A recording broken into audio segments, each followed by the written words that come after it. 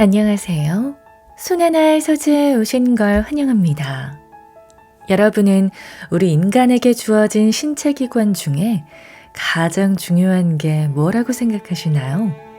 눈, 코, 쓸모없는 건 하나도 없지만 가장 중요한 건 혀가 아닐까 싶습니다. 혀는 가장 중요하면서도 가장 무서운 힘을 가지고 있어요. 거칠고 독한 혀를 제대로 다스리지 못하면 사람에게 해를 입히고 그 말은 반드시 자신에게 돌아옵니다. 오늘은 이 혀를 어떻게 다스려야 하는지 알아볼게요. 자존감 대화법. 이 책은 정신과 의사가 쓴 책으로 풍부한 상담 사례를 담아 심리 상담하듯 이야기를 풀어갑니다. 저자는 마음의 병은 말에서 온다고 합니다. 그리고 이 말을 다스리게 되면 마음속 병도 치유된다고 하죠. 오늘은 이 책을 통해 어떤 말을 어떻게 해야 하는지, 그리고 입에 담아선 안 되는 말이 어떤 것인지 함께 알아보시죠.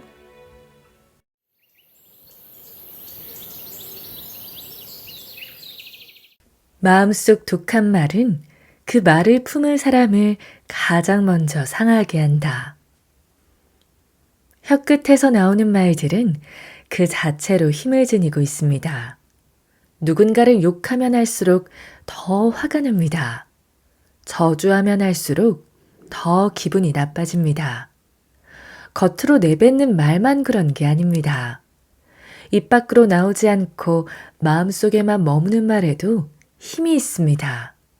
물론 당신이 마음속으로 하는 말을 다른 사람이 들을 수는 없습니다. 그러나 이 세상에 딱 한 사람, 당신 자신만은 그 말을 생생히 듣게 됩니다.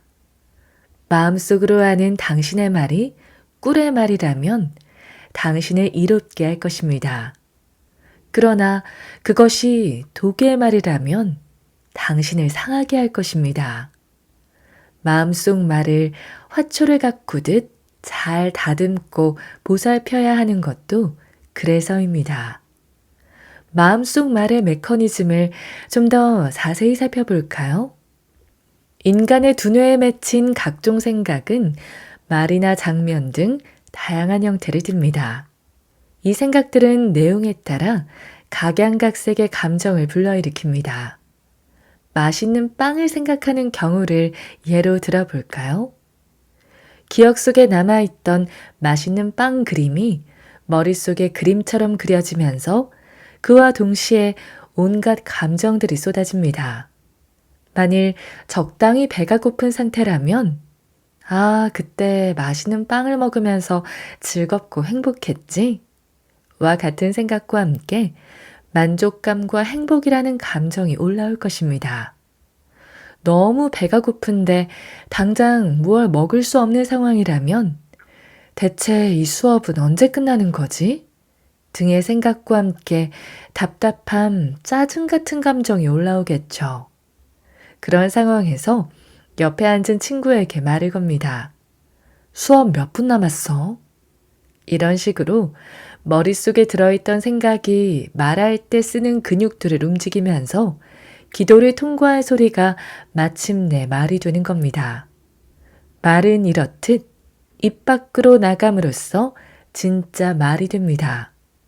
그런 의미에서 마음속 말은 말의 씨앗인 셈입니다.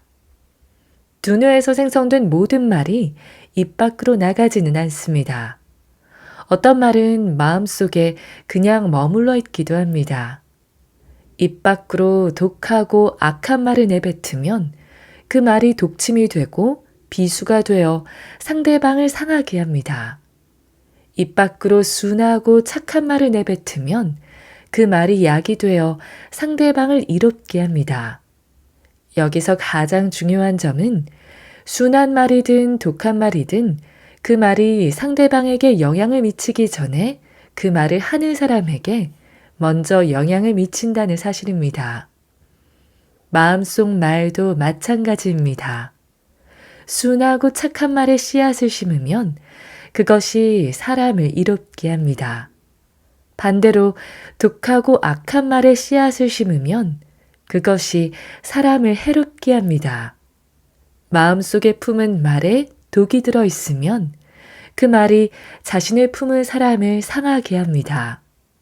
반대로 마음속에 품은 말에 꿀과 향기가 들어 있으면 그 말이 자신을 품은 사람을 이롭게 하고 향내나게 합니다.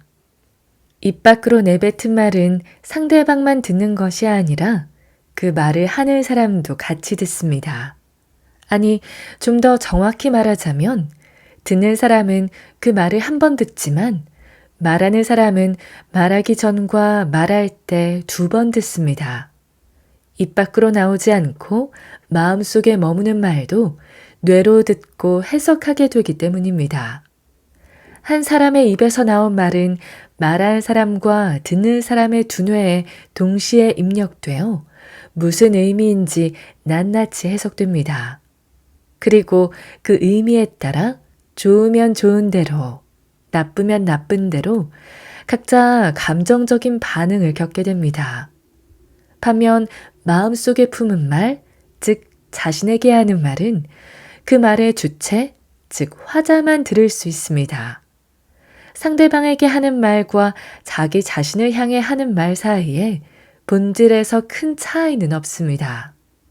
상대방에게 하는 말이 말하는 사람과 듣는 사람을 모두 상하게 하거나 이롭게 하지만 자기 자신을 향해 하는 말은 말하는 사람만 상하게 한다는 점이 다를 뿐입니다. 입 밖으로 내뱉든 내뱉지 않든 똑같은 내용의 말이 두뇌에서 분석되고 가슴에 새겨지기 때문입니다. 상대방에게 죽여버릴 거야 라고 위협하는 사람이 있다고 가정해 봅시다. 오죽하면 그런 소리까지 하나 싶고 참 힘든가 보다 하는 생각이 들지도 모릅니다. 아무튼 상대방에게 이렇게 험한 말을 쏟아내는 사람의 몸과 마음은 그야말로 누군가를 죽여버리고 싶을 만큼 엄청난 분노와 나쁜 감정들로 들끓을 것입니다. 자, 이번에는 이 사람이 그 말을 입 밖으로 내뱉지 않고 입술을 깨물며 참고 속으로만 외쳤다고 가정해 봅시다. 이런 상황에서 그의 몸과 마음이 평안하기를 기대하는 건 아무래도 무리일 것입니다.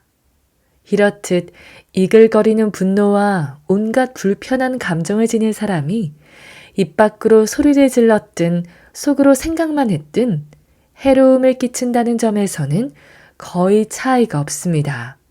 아니, 마음속으로 하는 나쁜 말은 입 밖으로 내뱉는 나쁜 말보다 더 해롭고 치명적일 수도 있습니다.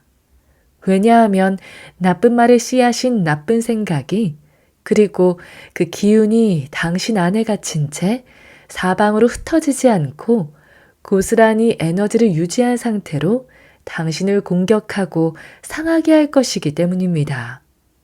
자기 자신을 향해 내뱉는 독한 말들에는 자기 비하나 한탄 등이 있습니다. 예를 들면 다음과 같은 말들입니다. 내가 하는 일이 다 그렇지 뭐. 진짜 한심하다니까. 나는 정말 되는 일이 하나도 없어. 바보같이 이게 뭐람? 자기 자신을 향한 이런 독한 말들은 당신을 상하게 하고 망치기에 십상입니다. 곰곰이 생각해 보면 당신은 전혀 한심한 사람이 아닐지도 모릅니다.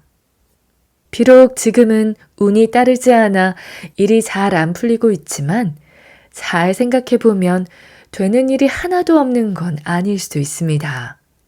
그리고 당신은 실제로 바보일 가능성보다 바보가 아닐 가능성이 훨씬 큽니다. 그런데도 당신의 부정적인 생각이, 마음속 험한 말이 당신의 머릿속을 한바탕 휘젓고 지나갑니다. 그렇게 되면 그 순간만큼은 당신은 정말로 한심한 사람이요, 뭐 하나 제대로 되는 일 없는 운 나쁜 바보가 되고 맙니다. 제가 상담 진료한 분 중에 친한 친구가 자살로 세상을 떠난 뒤 엄청난 고통을 겪은 사람이 있습니다. 그분의 정신적 고통의 원인은 일종의 죄책감이었습니다. 그렇게 살 거면 차라리 죽어버려. 라고 자신이 홧김에 내뱉은 말 때문에 친구가 죽었다고 생각했던 겁니다. 과연 그럴까요? 그렇지 않을 겁니다. 틀림없이 그 친구는 죽음만이 유일한 해결책인 것처럼 느껴지는 도무지 헤어날 방법이 없어 보일 정도로 크고 고통스러운 문제에 맞닥뜨려 있었을 겁니다. 그런데도 그는 자신의 경솔한 한마디 말 때문에 친구가 극단적인 선택을 했다고 끊임없이 자책했습니다. 그러다가 급기야 자신도 같은 선택을 해야 하는 게 아닌가 심각하게 고민하는 상황에 이르렀습니다. 과연 그의 친구가 그의 한마디 말 때문에 목숨을 버렸을까요? 단언하건대 그렇지는 않을 겁니다. 그런데도 그가 느껴야 했던 죄책감과 마음의 무게는 상상을 뛰어넘을 정도였습니다. 지나친 죄책감에서 비롯된 부정적인 말은 몸과 마음을 상하게 하고 무너뜨릴 정도로 커다란 위력을 지니고 있습니다. 혀끝에서 나온 독한 말은 자살 폭탄과 비슷합니다. 자살 폭탄은 주위에 있는 많은 사람을 죽이고 다치게 합니다. 동시에 자살 폭탄을 던진 사람도 반드시 죽거나 다치게 합니다. 사실 폭탄 공격으로 가장 큰 피해를 보는 사람은 다른 누구도 아닌 폭탄을 던진 사람 자신입니다. 같은 이치로 혀끝에서 나온 독한 말도 상대방을 상하게 하기 전에 그 말을 한 사람을 먼저 상하게 합니다. 자신은 다치지 않고 다른 사람만 상하게 할 수 있는 자살 폭탄이란 이 세상에 없습니다. 혀끝에 독을 품고 산다면 살모사보다 나을 게 없다. 독한 말로 상대방에게 치명적인 상처를 입히며 살 바에는 차라리 말을 하지 못하는 게 나을 수도 있습니다. 혀끝에 독을 품고 산다면 살모사보다 나을 게 없는 존재입니다. 사람은 살모사가 아닌데 왜 말을 할 때마다 혀끝에 독을 품고 험한 말을 쏟아내어 상대방에게 상처를 줄까요? 분명히 알아야 할 것은 그 독한 말이 상대방을 핥히고 상하게 하기 전에 당신을 먼저 해친다는 사실입니다. 그러고 보니 툭하면 독한 말로 남을 괴롭히는 사람은 살모사보다는 말벌에 가까울 수도 있습니다. 왜냐하면 살모사는 그 독으로 다른 동물을 해치고 자신은 해를 입지 않지만 말벌은 다른 동물이나 사람을 쏘고 나서 자신도 목숨을 잃고 마니까요. 정신과 의사로 일하다 보면 지나치게 화를 내다가 상대방만이 아니라 자기 자신까지 곤란한 상황에 빠지는 사람들을 종종 만나곤 합니다. 그런 사람들을 보고 있으면 안타까운 생각도 듭니다. 그래서 저는 그런 문제를 안고 찾아와 상담을 신청하고 도움을 요청하는 사람들에게 다음과 같이 권유하곤 합니다. 선생님의 혀를 다스리고 입 밖으로 나오는 말을 다스리기 전에 머릿속 말과 마음속 말을 먼저 다스려 보세요. 사랑스러운 강아지나 고양이를 쓰다듬듯 그 말을 쓰다듬고 보듬어 보세요. 그렇습니다. 땅을 잘 갈아엎고 넉넉히 퇴비를 섞어 넣어 비옥하게 하지 않으면 그 땅에서 좋은 씨앗이 싹틀 수 없습니다. 그 씨앗이 튼튼한 나무로 자라 탐스러운 과실을 맺을 수도 없습니다. 사람의 말도 마찬가지입니다. 자신을 이롭게 하고 남도 이롭게 하는 긍정적인 말, 착한 말은 좋은 생각의 밭, 마음의 밭에서 나옵니다. 만일 누군가가 다른 사람을 위해, 대의 명분을 위해, 공동체를 위해 자신을 희생하고 생명까지 바친다고 하면 그보다 놀랍고 존경스러운 일도 없을 겁니다.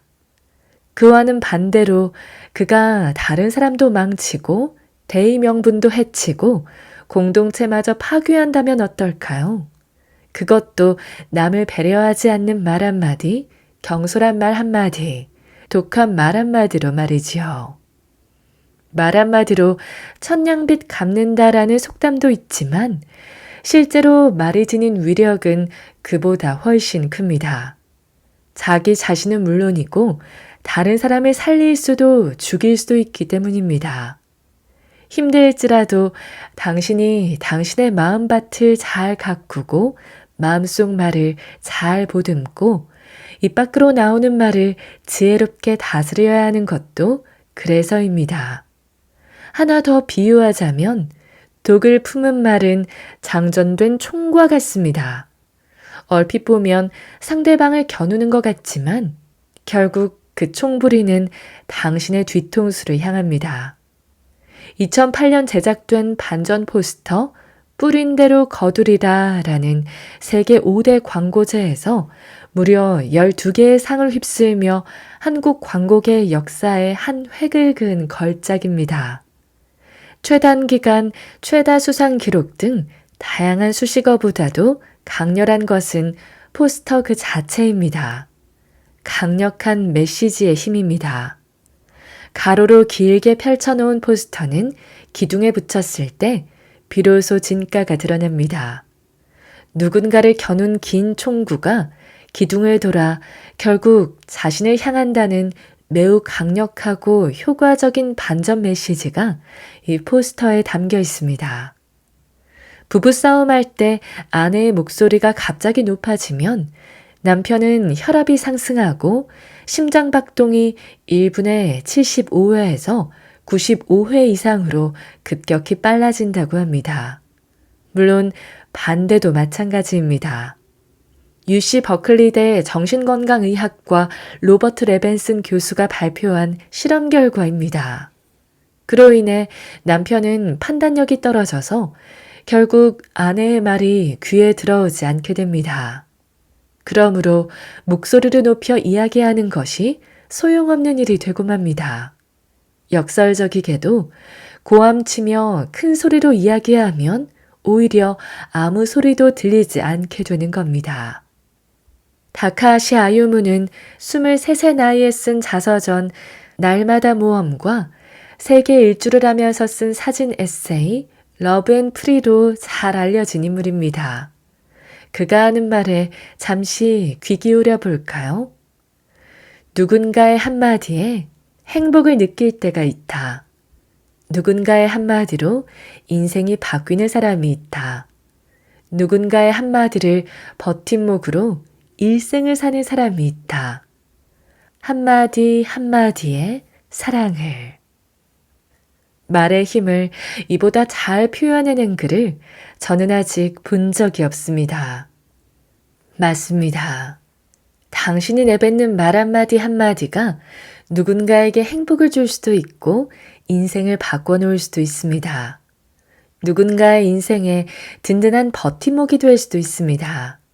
이것이 바로 당신이 마음밭을 잘 가꾸고 마음속 말을 잘 보듬고 입 밖으로 나오는 말을 잘 다스려야 하는 이유입니다. 수신제설 치국평천하. 당신의 마음속 말을 순하게 하고 입 밖으로 나오는 말을 순하게 하세요. 이렇게 말하면 다음과 같이 반박하고 싶은 사람이 많을 겁니다. 말을 순하게 하라고요? 지금 무슨 한가한 말씀을 하시는 거예요? 요즘 세상이 어떤 세상인데 조금이라도 더 크고 자신감 넘치는 목소리로 탄탄한 논리로 상대방을 완전히 제압하지 않으면 오히려 당하기에 십상이라고요. 그러고 보니 실제로 그런 세상인 것도 같습니다. TV에서 제공되는 시사 토론 프로그램은 말할 것도 없고 심지어 예능 프로그램까지 독하게 말 잘하는 사람이 대단한 인기를 얻고 있으니 말이죠. 또한 그런 세태를 반영하듯 시중에는 온갖 독하고 당당하게 말 잘하는 기술을 전수하는 책들이 인기를 얻습니다. 그런데도 마음속 말과 입 밖으로 나오는 말을 순하게 하라고 권유하는 건 왜일까요? 말은 물처럼 막히거나 고여있지 않고 자연스럽게 흘러야 하기 때문입니다. 순하다라는 단어를 자세히 살펴보면 그 이치를 이내 깨닫게 됩니다. 네이버 국어사전에서 찾아보면 순하다는 성질이나 태도가 까다롭거나 고집스럽지 않다, 기세가 거칠거나 세지 않다 등으로 정의되어 있습니다. 그 밖에도 맛이 독하지 아니하다, 일의 진행이 순조롭다, 사물의 진행 방향과 바람이 부는 방향이 같다라는 뜻도 가지고 있습니다. 한자로는 머리, 혈에 내천이 더해져 순할 순이 만들어지는데 물이 위에서부터 아래로 순리에 따라 흐른다는 뜻을 가집니다. 국어사전의 설명만 읽어도 왠지 마음이 놓이는 듯한 느낌이 드는 건 저 혼자만의 생각일까요? 요즘 세상 돌아가는 걸 보면 순하지 않은 것들, 거칠고 억센 것들로 가득해 보입니다. 온갖 독한 일들이 연달아 터지고 온갖 독한 말들이 전쟁터에서 총알과 포탄 날아다니듯 날아다니고 온갖 독한 사람들이 거리를 활보합니다. 그 물살이 어찌나 빠르고 거센지 정신을 차리기 어려울 정도입니다. 분명 내가 가고 싶은 인생의 방향이 있었는데 파도처럼 휘몰아치는 사람들과 그들의 말과 행동에 휩쓸리다 보면 방향을 잃고 헤매기에 십상입니다. 이렇듯 순하지 않은 세상에서 순한 말을 하며 살아야 한다고 말하면 어쩌면 어불성설처럼 여겨질 수도 있습니다.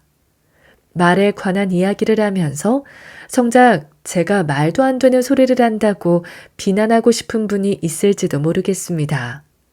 하지만 독한 세상이기에, 갈수록 독해져만 가는 세상이기에 더욱더 필요한 것이 바로 순한 말입니다. 순한 말은 독한 말보다 오히려 힘이 세고 영향력도 큽니다. 땅을 잘 갈아엎고 다듬어 기름진 땅을 만든 뒤 좋은 씨앗을 뿌리듯 마음밭을 순하게 가꾸어 좋은 말에 씨앗을 뿌려야 합니다. 씨앗에 물을 주고 햇볕을 쬐어주고 거름을 주어 잘 자라게 하듯 마음속 말의 씨앗을 정성껏 다듬고 보듬어 입 밖으로 내보내야 합니다. 그 말이 입술의 열매가 되어 세상으로 나가 선한 영향을 끼치게 해야 합니다. 순하게 말하면서 삶이 순해지는 경험, 자신이 순해질 때 옆 사람도 더불어 순해지는 원리가 통용되는 것은 바로 우리가 말을 하는 사람이기 때문입니다. 거울 뉴런이라는 개념이 있습니다.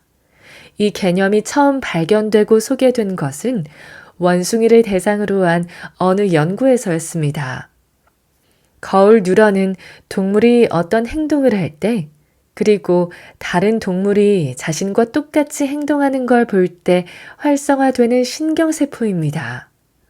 거울 뉴런은 상대방의 행동을 거울처럼 반사해서 똑같이 행동하게 합니다. 사람이 원숭이를 향해 메롱하고 약을 올리면 원숭이가 똑같이 메롱하는 장면이 거울 뉴런 연구에서 가장 잘 알려진 이미지입니다. 한데 이후의 연구 결과 사람에게도 그와 비슷한 뉴런 집합이 있다는 것이 밝혀졌습니다. 사람의 뉴런은 동물의 그것과 어떻게 다를까요? 거울 뉴런의 기본적인 역할인 반사의 측면에서는 사람이나 동물이나 차이가 없습니다. 다만 사람의 경우 거울 뉴런 혼자서 단독으로 작용하지 않고 수많은 신경세포가 모인 체계로 작용한다는 점뿐입니다. 거울 뉴런 체계가 인간의 뇌 속에서 어떤 역할을 하는지는 아직 정확히 밝혀지지 않았습니다. 그러나 거울 뉴런의 특성으로 미루어 볼 때 상대방의 행동이 어떤 의도에서 나온 것인지 이해한다거나 학습을 촉진한다거나 공감을 경험하는데 어떤 역할을 할 거라고 추측할 뿐입니다. 학자들에 따르면 나는 이런 사람이다 라고 깨닫는 자기인식 과정에서도 거울 뉴런 체계가 작동한다고 합니다. 언어 역시 거울 누런 체계의 역할 가운데 빠뜨릴 수 없는 영역으로 보입니다. 사람의 뇌를 기능성 자기공명 영상장치로 연구한 결과 원숭이의 거울 누런 체계와 비슷한 역할을 하는 뇌 부위가 언어를 관장하는 뇌 부위와 매우 가까운 자리에 위치한 것으로 추측됩니다. 어린아이가 말을 배울 때 다양한 소리를 입으로 따라하는 것을 누구나 한 번쯤 본 적이 있을 겁니다. 이런 과정을 거울에 반사되듯이라고 표현하는 것이 무리는 아니라고 생각합니다. 아이는 말이나 단어만 따라하는 게 아니라 온갖 종류의 소리를 흉내내며 어휘력을 늘려갑니다. 뇌 안에 들어있는 작은 거울은 상대방이 당신에게 하는 말과 행동과 표정을 반사하면서 당신이 하는 말과 행동과 표정에 영향을 끼칩니다. 당신이 한 말 역시 상대방의 뇌 속에 자리 잡은 조그마한 거울에 반사된 채 당신에게 되돌아옵니다. 당신이 지금 서 있는 자리, 그 주변이 온통 거칠고 독한 것들로 가득하다고요? 세상이 다 그렇지 뭐 하면서 무시하고 넘어갈 만큼 강심장이거나 무신경한 사람이라면 모르겠지만 만일 세상에 거칠고 험한 파도가 튀는 것이 불편한 사람이라면 어떨까요? 사람마다 가진 무수한 작은 거울들에 지금까지와 다른 순한 말을 반사해보는 것도 나쁘지 않으리라 생각합니다. 당신이 세상에 내놓은 순한 말이 그 말을 듣는 사람의 거울 신경체계에 가다 반사된 뒤 다시 당신에게로 돌아옵니다. 이때 순한 말이 돌아올 수도 있고 순한 표정과 순한 행동 같은 말이 아닌 말로 돌아올 수도 있습니다. 그래서 순한 말은 다른 사람이 아닌 당신 자신을 위한 말이기도 합니다. 당신은 소중한 사람이니 독한 말이 가까이 오지 못하게 해야 하고 순한 말이 온몸을 둘러싸게 해야 합니다. 수신제설 치국평천하라고 하면 다소 거창하게 들릴 수도 있습니다. 거대해 보이는 말 뒤에 숨어있는 잔잔한 의미들을 읽을 수 있다면 왜 이 말이 중요한지 짐작할 수 있을 겁니다. 본래 이 말은 수신제가 치국평천하로 사서오경 중 하나인 대학에 나오는 말입니다. 사전을 찾아보면 수신은 마음과 행실을 바르게 닦아 수양한다는 뜻입니다. 재가는 집안을 바르게 다스린다는 뜻이죠.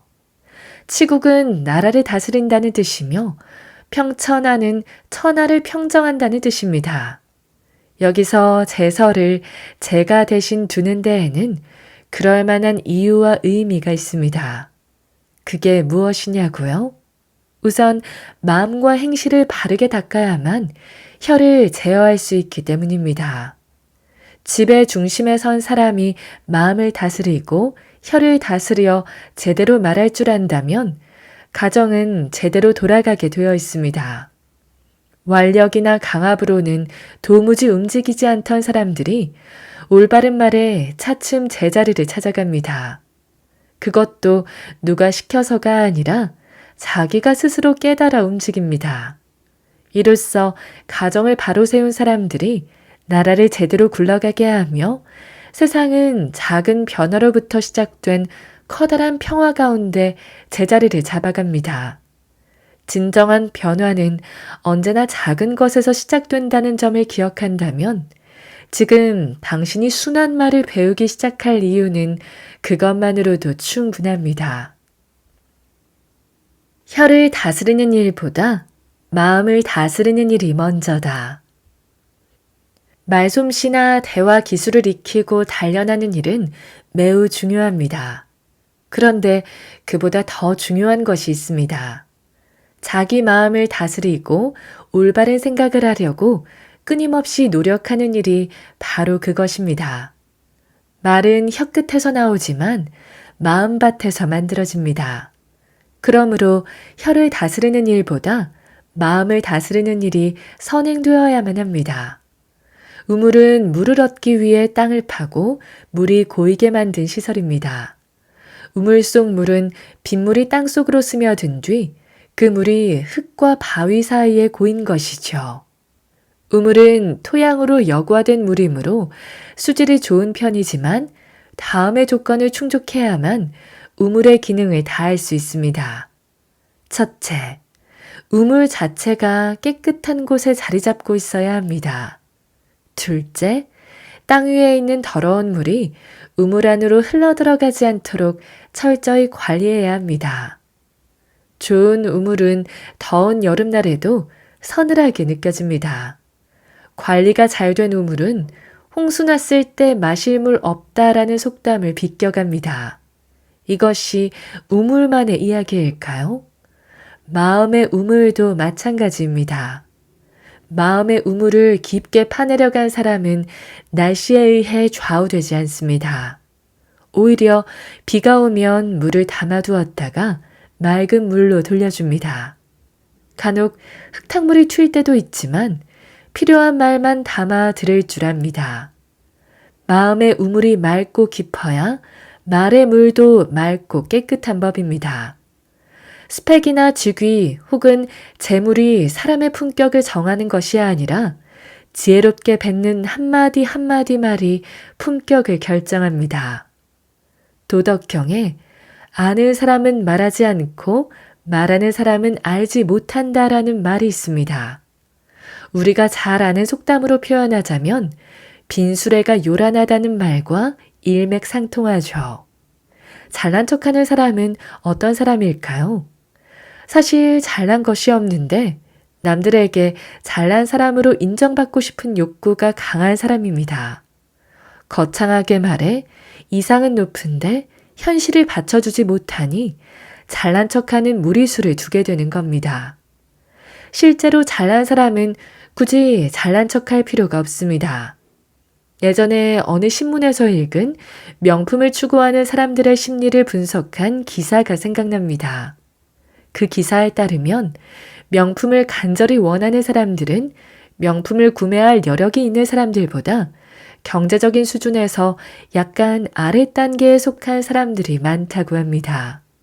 그들이 한 단계 높은 곳을 올려다보면서 발돋움하는 데 필요한 것이 명품이라는 거죠. 재밌게도 그 명품족들이 수백만 원에서 수천만 원 나가는 고급 시계를 장만해서 자랑스럽게 착용할 때 막상 원하기만 한다면 얼마든지 최고 수준의 명품을 살 수 있는 가장 부유한 사람들은 시장에서 산 몇만 원짜리 시계를 아무렇지도 않게 차고 다닌다는 겁니다. 조금 더 있어 보이고자 하는 마음은 결국 자신이 가진 게 없다라는 사실을 잘 알고 있는 데에서 비롯됩니다. 그 사람의 마음 밑바닥에 깔린 열등감이 그가 나는 이런 사람이다 라며 큰 소리치게 합니다. 그렇지만 우리 모두 잘 알고 있습니다. 아무리 비싸고 화려한 화장으로도 따라갈 수 없는 것이 바로 깨끗한 민얼굴이라는 것을요. 말공부의 저자 조윤재는 큰 꿈을 가진 사람의 말은 자신의 꿈을 닮아 커지며 눈앞의 일에 집착하고 자기 이익만 챙기는 사람의 말은 그 사람을 닮아 편협해진다 라고 했습니다. 사람의 크기에 따라 말의 크기와 말이 담고 있는 의미가 확대되어 나간다는 의미입니다. 말을 하면 세상을 향해 생각이 선포되는 것이며 우리의 무의식은 이를 이루기 위해 자기도 모르는 사이에 노력하고 분투한다는 겁니다. 말한 것은 결국 이루어진다라는 저자의 논지는 론다번의 시크릿을 잠시 떠올리게 합니다. 이 책은 사람들의 극찬과 비난을 동시에 받은 책으로 그 이유를 여기서 자세히 다루지는 않겠습니다. 다만 전 세계적으로 수천만 권이 팔린 이 책은 모두가 생각하던 바를 어느 정도는 담고 있을 가능성이 있다는 점입니다. 말공부의 저자는 이 책에서 상대방이 하는 말을 가만히 들어보면 그가 어떤 사람인지 알 수 있고 교육 수준은 어떠하며 미래에는 어떻게 될지 예측할 수 있다고 말합니다. 입으로 뱉은 부정적인 말, 위축된 말, 소극적인 말은 그 사람의 삶을 딱 거기에서 머물게 한다고도 하고요. 신경정신과 진료실에 오래 앉아 있다 보니 이 말에는 고개를 끄덕이게 됩니다. 그렇다고 꼭 입 밖으로 안 좋은 말을 내뱉어야만 나쁜 걸까요? 그렇지 않습니다.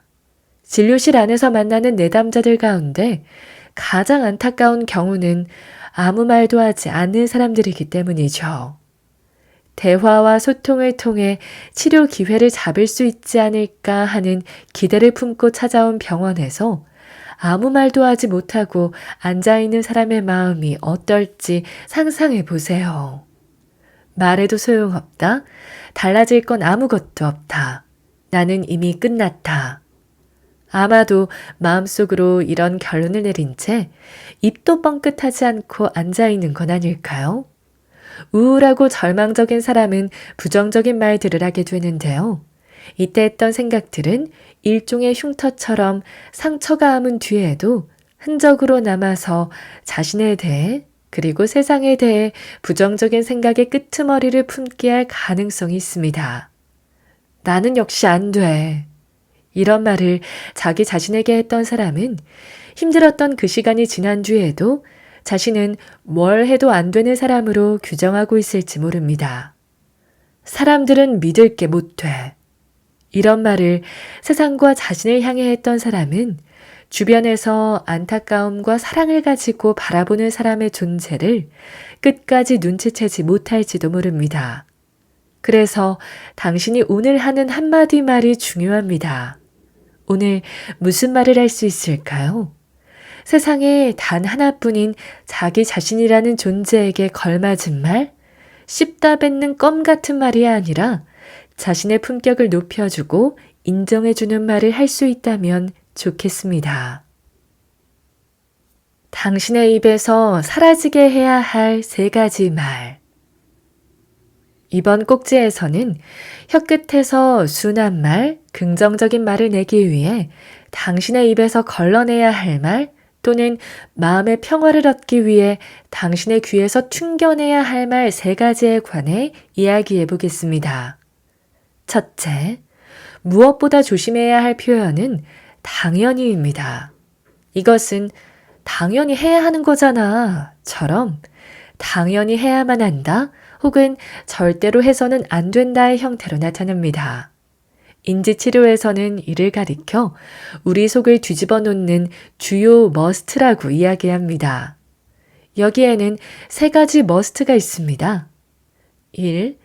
나는 당연히 잘해야만 하고 다른 사람들의 인정을 받아야 한다. 만일 그렇지 않으면 나는 엉망진창이며 구제불능이다. 2. 다른 사람들은 당연히 옳은 일만 해야 한다. 만일 그렇지 않다면 그들은 엉망이며 그 대가로 처벌받아야 한다. 3. 삶은 당연히 쉬어야 하고 어떤 괴로움이나 불편함도 수반되어서는 안 된다. 이렇게 될 수만 있다면 더 바랄 것이 없겠죠? 그러나 유감스럽게도 우리가 발딛고 서 있는 현실은 전혀 그렇지가 않습니다. 당연히 잘하면 좋지만 그렇지 않을 가능성이 큽니다. 게다가 잘하고도 인정받지 못하는 경우도 드물지 않습니다. 다른 사람들 역시 마찬가지입니다. 그들이라고 당신을 괴롭힐 목적으로 일부러 엉터리 같은 행동을 하지는 않겠죠. 우리 삶도 그렇습니다. 쉽고도 편하다면 얼마나 좋을까요? 아쉽게도 그러지 못한 게 인생입니다. 이런 생각을 하면 입맛이 쓰지만 그게 현실입니다. 이렇듯 당연이라는 생각과 말에 사로잡히다 보면 삶은 피곤해지고 그런 생각으로 똘똘 뭉친 사람의 주변 사람들은 매사에 들볶인다는 생각에 지치게 됩니다. 당연한 것처럼 보이는 규칙들을 다 따라 지키면서 완벽하게 살 수 있는 사람은 아무도 없기 때문입니다. 생각해 보세요. 어쩌다 한번 늦잠을 잤는데 이런 말을 듣는다고 말입니다. 사람은 당연히 늦잠을 자서는 안 되지. 일찍 일어나고 부지런해야만 잘 살 수 있는 거야. 물론 틀린 말은 아닙니다. 그렇지만 이 말을 듣고 기분 좋은 사람이 있을까요? 단언하건대 아무도 없을 겁니다. 당연이라는 말은 강력한 감정을 동반합니다. 당신이 다른 사람에게 당연하지 라고 말할 때면 당신의 마음속엔 짜증과 분노가 솟구칠 겁니다. 반대로 다른 사람이 당신에게 그 말을 할 때라면 수치스럽기도 하고 후회가 되기도 할 겁니다. 청소년들과 상담할 때 그들이 자기 엄마 아빠한테 절대로 이야기하지 않던 걸 처음 털어놓는 경우가 종종 있습니다. 어렵게 털어놓은 마음속 깊은 곳의 그늘에 대한 이야기를 마무리하면서 저는 이렇게 질문합니다. 그런데 엄마 아빠한테는 왜 이야기를 못했을까? 그러면 그들이 10중 8구 꼽는 이유는 이것입니다. 그러게 엄마가 뭘 했니? 그렇게 될 줄 알았어. 당연히 엄마 말대로 했어야지. 이 말을 듣게 되는 게 너무도 끔찍해서 되도록 이야기를 안 한다고 합니다. 그렇다고 엄마 아빠가 아이들에게 어떻게 해야 한다라는 방향성을 제시하지 않을 수도 없는 법이죠. 이럴 때 필요한 것이 좋은 날씨를 기대하듯 좋은 행동을 기대하는 마음가짐입니다. 자녀가 어떻게 했으면 좋겠고 어떻게 하지 않았으면 좋겠다는 것을 마치 좋은 날씨를 기대하듯 가볍고 유쾌하게 하는 겁니다. 당연히 해야지 보다 해주면 참 좋겠다 라고 말하는 겁니다.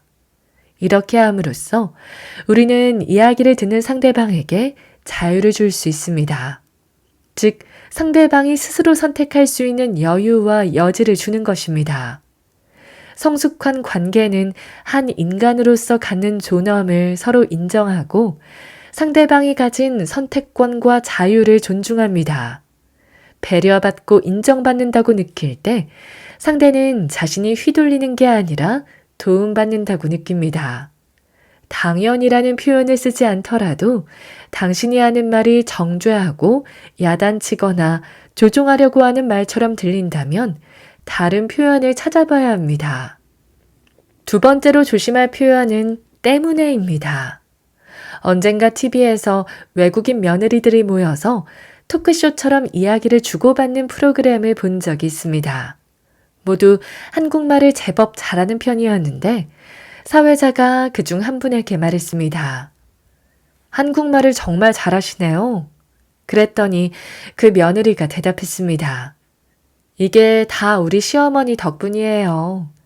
그러고는 웃으면서 덧붙였습니다. 우리 시어머니 때문이 아니고요. 시어머니 덕분에 한국말을 잘하게 되었다면 고마운 마음이 들어갑니다. 시어머니 때문에 한국말을 잘하게 되었다면 아니 그 시어머니는 대체 어떤 분이라서 강요하는 거야 아니면 무서운 거야? 등과 같은 삐딱한 생각을 불러일으킬 수도 있기 때문입니다. 덕분에와 때문에의 차이를 이해할 수 있을 만큼 한국말을 잘하는 것에 감탄하면서 동시에 막상 나는 그리고 우리는 이런 차이를 제대로 이해하고 일상에서 사용하나 돌아보게 되었습니다. 때문에라는 말은 상당히 미묘합니다. 실패했는데 어쩔 수 없는 상황 때문이었다고 말하면 그 때문에 자신이 져야 할 쯤의 무게에서 빠져나오는 것 같을 수도 있기 때문입니다. 너 때문에 내가 망한 거야 라고 말하는 경우를 생각해 보세요. 물론 이 말을 하든 하지 않든 망했다는 객관적인 현실은 달라지지 않습니다. 내 잘못으로 망했다라는 것과 너 때문에 망했다라는 것의 무게는 완전히 다릅니다. 그렇지만 때문에라는 말은 그 말을 방패 삼아 피한 그 무게만큼 뒤통수를 치는 무언가가 있습니다. 결혼 생활이 상대방 때문에 끝장났다고 말하는 사람은 자기 자신을 일방적인 피해자로 생각할지 모르지만 여기에는 자신이 아무것도 할 수 없는 무기력하고 무능력한 상태임을 인정하는 토대가 깔려 있는 겁니다. 때문에를 사용해 말하면서 나는 잘못이 없어요 라고 주장하고 싶은 마음은 어느 정도 이해가 가지만 그러면 그 사람은 그 관계 안에서 어떤 역할을 했나요? 또는 어떤 역할을 하지 않은 걸까요? 꼭 다른 사람에게 하는 말에서 때문에를 빼는 경우만이 아니라 당신이 당신 자신의 삶을 바라볼 때도 이 부분을 곰곰이 생각해 보면 좋겠습니다. 좋든 싫든 자신이 책임질 수 있는 부분이 있어야만 다음에 똑같은 실수를 반복하지 않을 수 있습니다. 100% 상대방 때문에, 상황 때문에 망했다고 결론 지어버리면 다음에 또다시 이상한 상대방이나 상황을 만나지 말라는 보장이 없기 때문에 똑같은 실패를 겪게 될 가능성이 큽니다. 단 1%라도 좋으니 당신이 받아들여야 하는 책임, 당신의 몫을 생각해 보면 좋겠습니다. 혹은 덕분에라는 비밀병기를 이용해 당시 환경 덕분에 이를 접어야 했습니다. 라는 표현으로 전환해 보는 건 어떨까요? 그 순간 상황을 긍정적으로 바라볼 수 있는 희미한 빛이 비쳐 들어옴을 느끼게 될 겁니다. 마지막으로 조심할 표현은 그런데 하지만입니다. 하지만이라는 단어는 앞에서 애써 가꾸어 놓은 관계 형성의 토대를 한 방에 날려버릴 수도 있는 강력한 힘을 가졌습니다. 정신과 의사 데이비드 번즈의 책 관계 수업에서 중요하게 생각하는 대화 기법 가운데 무장 해제 기법이 있습니다. 여기에서는 상대방의 말을 열심히 듣고 그 가운데 담긴 일말의 진실을 찾아내어 그래, 자네 말이 맞아 와 같은 이야기를 합니다. 심지어는 너 참 바보 같다, 그런 실수를 하다니 처럼 소화하기 어려운 말에 대해서도 그래, 내 말도 맞아, 내가 참 바보 같았지? 와 같은 방식으로 부분적으로 수긍해 주는 겁니다. 이처럼 자기 말에 맞장구 쳐주는 상대를 보면서 잔뜩 힘이 들어갔던 얼굴에서 도끼가 빠져나가고 비로소 여유를 찾은 모습이 드러납니다. 이 천금 같은 기회를 밟아버리는 단 한마디 말이 있으니 바로 그런데입니다.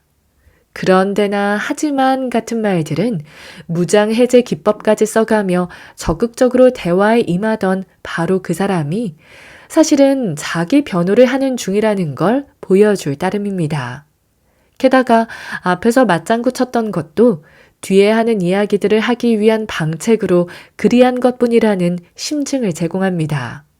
그러면 앞에서 했던 모든 노력, 열심히 듣고 일말의 진실을 찾아 그 이야기를 건네는 등의 온갖 수고를 다했던 것이 한순간에 모두 수포로 돌아갑니다. 그러니 하지만 그런데라는 말은 되도록 하지 않고 사는 편이 나을 것 같습니다. 그래도 꼭 이런 의미의 말을 사용하고 싶다면 차라리 그리고라는 말을 쓰는 게 100번 낫습니다. 네가 열심히 노력한 건 알겠어. 하지만 성적은 별로 안 좋았어. 네가 열심히 노력한 건 알겠어. 그리고 성적은 별로 안 좋았어. 같은 말이기는 하지만 전자의 말을 듣는 사람은 뒷부분에 가서 마음의 깊은 상처를 입기 쉽습니다. 반면 후자의 말을 듣는 사람 역시 상처를 입을 수는 있지만 최소한 비난받는다는 생각은 좀 덜할 겁니다. 이렇게까지 말 조심하면서 상대방에게 이야기해야 하는 이유가 무엇이라고 생각하세요? 상대방에게 잔뜩 화가 나서 절대로 좋은 대접을 해주고 싶지 않은 상황에서조차 그 사람에게 공손하고 부드럽게 이야기해야 할 이유가 있습니다. 그것은 바로 자기 자신 때문입니다. 상대방을 위해서가 아니라 자기 자신을 위해 조심스럽게 말해야 하죠. 상대방을 잘 대해주는 동안 그에게도 당신을 잘 대하도록 기준을 제시해 주는 겁니다. 협상 전문가인 스튜어트 다이아몬드에 따르면 서로를 나쁘게 대하는 팀은 협상에서도 대부분 나쁜 결과를 냈다고 합니다. 나쁜 결과는 상대방에게만 안 좋은 것이 아니라 자기 자신에게도 안 좋습니다. 같은 말이라도 정중하고 친근하게 표현해야 하는 것도 그래서입니다. 다이아몬드는 만일 협상의 자리에서 내가 100% 맞고 상대방은 100% 틀렸다고 하더라도 상대방을 존중해야 한다 라고까지 말합니다. 적대적 상황이라도 상대방을 친근하게 대하면 한결 분위기가 나아질 수 있기에 그렇다고 그는 말합니다. 상대방을 막대하고 함부로 짓밟으려 하면서 이것이 나의 방법이며 이렇게 기선제압을 해야만 한다. 목소리가 커야만 한다 라고 생각하는 사람이 아직도 있나요? 당신이 당신 자신을 보는 시각이 다른 사람과 나누는 이야기들에 반영된다는 사실을 잊지 말아야 합니다. 미국의 가수이자 시민운동가인 오데타는 자신을 긍정적으로 바라볼수록 남을 밟고 올라설 필요가 없어진다. 라고 말했습니다. 남을 짓밟으려 드는 사람은 자신을 전혀 긍정적으로 바라보지 않고 있다고 공개적으로 고백하는 것과 다름없습니다. 물론 그런 고백이 필요한 시점도 있습니다. 그렇지만 그런 이야기는 조용하고 은밀하게 털어놓아야 하는 이야기이지 물건 집어던지듯 말할 내용은 절대 아닙니다. 오늘 저와 함께한 시간 어떠셨나요? 편안한 시간이 되었길 바라며 또 들러주시길 기다리겠습니다.